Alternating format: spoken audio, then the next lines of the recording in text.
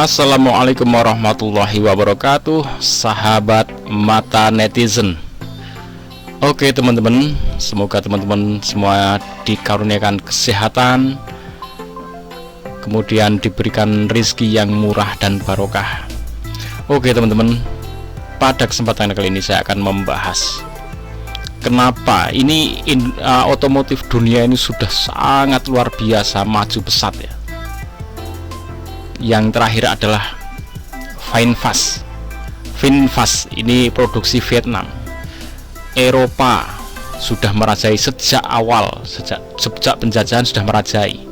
Kemudian Jepang walaupun sudah hancur segera bangkit dan merajai dengan produk-produk Jepangnya ya, ada Suzuki, Honda, Daihatsu, Toyota. Kemudian Cina yang saat ini sudah mulai nyeleding dan merajai dunia dengan BYD-nya ya. Kemudian Vietnam pun masuk ikut di kancah peperangan ini. Nah, Indonesia hanya menjadi penonton kemajuan otomotif dunia ini. Ingat, kita hanya nonton ya, hanya nonton, kemudian membeli. Yang paling mengerikan itu setelah diajak nonton doang, lalu kita yang menjadi target pasar untuk membeli, dan kita target pasar yang paling empuk di dunia ini, sangat empuk. Karena apa? Warganya baik hati, rajin menabung ya. Kemudian ada produk-produk baru, mereka sangat welcome, beli apapun yang ada, datang ke Indonesia bagus, beli. Itu kerennya warga kita, memang butuh. Nah, kemudian apa sih tantangannya? Kenapa Indonesia kok nggak pernah sampai saat ini tidak mampu menciptakan produk sendiri, produk dalam negeri, kendaraan sendiri ya? Untuk kendaraan yang sudah berjalan seperti ini memang tidak sesederhana yang kita lihat. Oke, saya akan coba breakdown, saya coba akan pecahkan bahwa memang untuk menciptakan ini sesuatu yang tidak mudah, bahkan sulit. Maka di sini dibutuhkan yang namanya integritas patriotisme. Seperti apa integritas patriotisme itu? Oke, saya tunjukkan sekarang. Saya cuma membuat oret-oretan yang ada di kepala saya, dan itu mungkin masih banyak miss-nya ya, masih banyak kurangnya, tapi paling tidak ini tantangannya. Oke, orang yang menjabat di Indonesia ini jika ingin memproduksi kendaraan sendiri, maka dia harus punya ini 10 ke bawah kali 4, ada 40 unit pabrik. Tapi kalau ini dilaksanakan, maka masing-masing ini akan menjadi pabrik tersendiri ya. Jadi ini yang dibutuhkan pertama sasis ya. Jadi harus punya pabrik sasisnya. Nah, kemudian kelistrikannya ini sudah menjadi satu unit kegiatan di pabrik, di bearing. Nah, ini bearing ya, bearing atau laker. Ini di Indonesia sudah punya. Bahkan saudara saya itu kerja di Karawang, itu di pabrik laker, khusus memproduksi laker tok. Itu sudah menjadi satu pabrik. Nah, makanya nanti bisa diinventaris Indonesia ini udah punya apa saja sih yang untuk mendukung kalau mau bikin mobil. Laker udah punya ya. Nanti saya sebutkan ini kemungkinan yang udah punya, udah tinggal melanjutkan. Yang bener-bener belum punya, bolehlah kita kerjasama dengan luar negeri, outsourcing ya. Oke, body. Nah, ini nanti body pembuatan. Ini satu pabrik sendiri. Crankshaft itu yang menggerakkan piston di dalam itu ya. Ini juga satu unit pabrik produksi tersendiri. Perkabelan ya, pabrik kabel, tembaga, aki. Nggak tahu nih aki, oke lah aki, kita minta ke BYD, nggak masalah karena di sana spesialis aki. Oke, nggak masalah karena belum bisa bikin aki sendiri. Kemudian ada pabrik-pabrik lampu dan reflektornya, fluida, olinya ya. Pertamina udah punya kan, Pertamina udah punya ini. Udah, jadi untuk fluida dan sistem oli sudah selesai.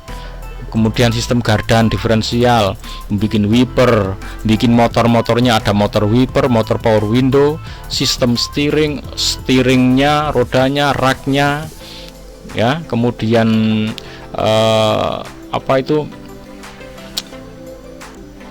join-joinnya ya, semuanya dipersiapkan. Nah, kemudian pegas, ada pegas atau per shock breaker ya, sistem peredamnya itu juga satu pabrik sendiri, pabrik shock breaker Indonesia. Nanti dia akan menyiapkan apa yang sudah dirancang oleh negara kita, gitu kan. Untuk rantai-rantai dan gear ini juga satu unit produksi tersendiri. Puli, knalpot. Nah, knalpot ini sudah banyak ini di kampung-kampung aja udah bisa buat knalpot. Saya juga rusak mobilnya, saya ganti knalpotnya, oke, nggak masalah. Knalpot beres di Indonesia, selesai ya. Kemudian sistem kopling, sistem pengisian, sistem AC.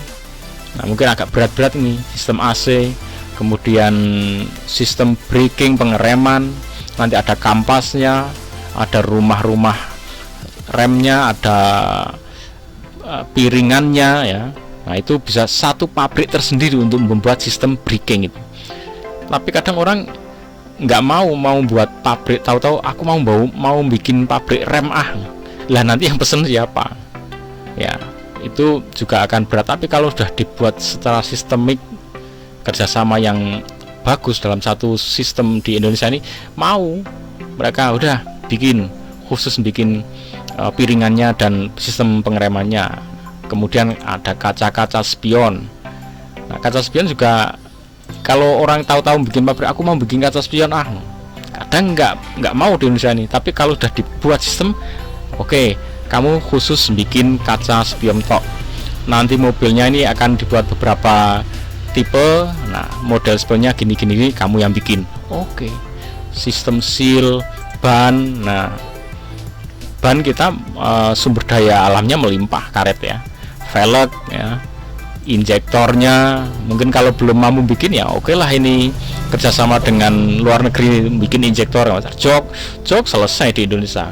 Di kampung-kampung bisa bikin jok ini ya. Ada flywheelnya, ada mur dan baut. Saya kira udah bisa lah lo bikin mur dan baut ini. Tinggal nanti bikin yang sesuai yang diinginkan, ukuran berapa, pembuatan plat ya. Bisa lah Indonesia bikin plat ya, plat body. Nanti bikin bodinya yang di sini nih, pembuatan body ya. Piston itu kan ngecor pistonnya itu. Nah, ini kalau di India itu mereka di pabrik rumahan tuh bikin crankshaft, bikin piston ya, itu di rumahan mereka ngecor ya, kemudian dibuat cetakannya, kemudian dicor, setelah dicor dibubut, disesuaikan, itu rumahan bisa bikinnya. Piston ini juga akan ada ringnya, ini juga sudah satu unit produksi sendiri. Kemudian metal duduk, metal jalan, sistem katupnya ya. Ini kalau ini kita masih bicara mobil konvensional ya. Kalau listrik nanti juga akan part-partnya beda lagi. Ada tim risetnya, itu kita punya kampus-kampus ITB ya, ITS, kampus-kampus teknologi. Nah, itu bisa dimanfaatkan dan dikembangkan. Jadi mereka tuh didaya gunakan untuk membuat riset. Kemudian ada tim pengembangnya. Terus terakhir perakitan. Nah, ini perakitan ini, bro. Indonesia itu sampai saat ini baru di merakit doang ya, baru merakit doang. Yang 1 sampai sekian ini, yang dari sini sampai sini nih ya, ini masih zong, semua dikerjakan oleh Cina. Kita cuma ngerakit. Jadi apa hebatnya merakit? Ya nggak ada hebatnya. Kita cuma merakit doang. Kita bisa bayangkan, coba ini 40 unit ini bisa dikatakan kita harus membuka 40 pabrik, teman-teman. Nah, dari yang ada ini tinggal diinventaris. Di Indonesia sudah ada apa saja, yang sudah ada checklist, nggak usah dibuat. Kalau yang nggak mampu baru kita kerjasama dengan luar negeri. Nah, itu insya Allah akan benar-benar terwujud yang namanya mobil produk dalam negeri. Yang jadi masalah orang yang memangku kewajiban, tanggung jawab dan kewajiban di bidang ini, di bidang kemajuan otomotif, industri otomotif Indonesia, menghadapi ini semua. Yang menjadi masalah pertama, nggak berani. Coba harus membangun sekian banyaknya ini, nggak berani dia, jelas. ya. Kemudian kalau mampunya, kalau berani, insya Allah akan diberi kemampuan ya. Kemudian berikutnya lagi, selain nggak berani, akhirnya nggak mampu, yang jelas ini semuanya ini kan mengeluarkan dana. Dari sekian ini semuanya itu mengeluarkan biaya. Mana menariknya mengeluarkan biaya? Orang yang mendukung ini, orang yang memangku kebijakan di sini, dia nggak dapat apa-apa. Karena apa? Ini istilahnya kalau petani berlabuh, istilahnya sedang masa-masa garap, itu mengeluarkan biaya terus nggak ada duitnya. Gimana orang bekerja nggak ada duitnya? Nggak menarik kan? Tapi ini adalah impian rakyat.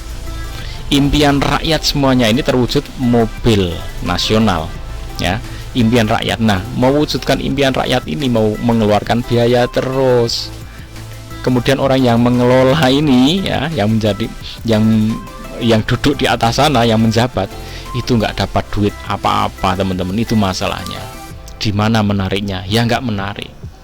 Bahkan selama jabatannya mungkin 4 tahun atau 5 tahun ya, ini membangun ini yang segini ini mungkin belum selesai lah, terus dia harus membangun nggak dapat duit, nggak menarik. Tapi kalau mendatangkan dari luar negeri, kita nonton saja, nanti tinggal rakit, kan gampang nih ngerakit doang, tapi duitnya lancar.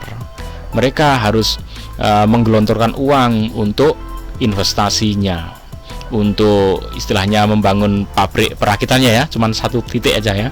Kemudian perizinannya itu semuanya duit ya, semuanya duit, dan itu sangat menarik tentunya. Di situ letaknya. Nah, maka dari pihak luar negeri sana ya sudah, kamu nggak usah bikin pabrik, kamu cukup ngerakit saja, nanti kamu tak kasih duit banyak. Ya sudah selesai kan. Sampai saat ini nggak pernah ada yang namanya mobil buat Indonesia. Walaupun sempat masuk di kolom komentar saya itu, sepertinya itu orang yang pinter di ITS sana. ITS itu dulu pernah beberapa tahun yang lalu itu membuat mobil listrik ya, prototype yang sudah oke, tapi nggak pernah dilirik, nggak pernah diapa-apain. Karena apa bro? Karena nggak ada duitnya. Masalahnya di situ, nggak ada duitnya. Mengembangkan yang dari ITS dari mana itu nggak ada duitnya, ngeluarkan duit yang ada. Memang ini jangka panjangnya akan membawa kesejahteraan di masyarakat dan Indonesia. Coba ini ada 40 pabrik ini, seberapa besar tenaga kerja yang terserap, seberapa besar pula sumber daya alam yang terolah di negara kita, yang tadinya bahan baku menjadi bahan jadi, setengah jadi ya, sampai sini kan setengah jadi semua, kemudian diolah, dirakit menjadi barang jadi. Wow, itu jangka panjangnya luar biasa, bahkan ekspor menguasai dunia. Tapi ya masalahnya orang yang berjuang itu nggak dapat apa-apa selama dia menjabat, nggak dapat apa-apa. Nah itu, nah ini disinilah diperlukan pahlawan, jiwa patriotisme. Walaupun ini sepertinya cuman di otomotif, tapi kalau sudah diperjuangkan dan menjadi meningkatkan ekonomi negara kita, pahlawan bro. Anda yang ada di atasan itu pahlawan. Karena apa? Anda nggak begitu mendapat uang ya, mungkin nggak mendapat apresiasi, tapi Anda memberikan kontribusi peningkatan ekonomi di negeri ini, bahkan sampai berdiri di kaki sendiri dan menjadi bermartabat di mata dunia. Oh, Anda pahlawan. Cuman yaitu berani nggak, rela nggak mendapat tanpa gelar, pahlawan yang tanpa tanda jasa, seperti guru.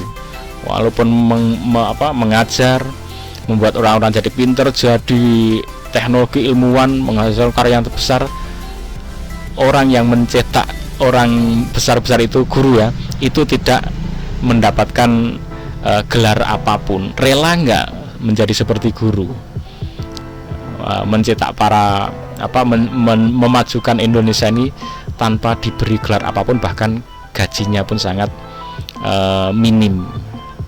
Itu di situ jiwa patriotismenya yang tertantang. Oke teman-teman, kita doakan semoga Indonesia sampai sana, sampai bener-bener bisa bersaing di dunia di bidang apapun. Yang udah nampak sekarang sepak bola sudah siap bersaing di dunia.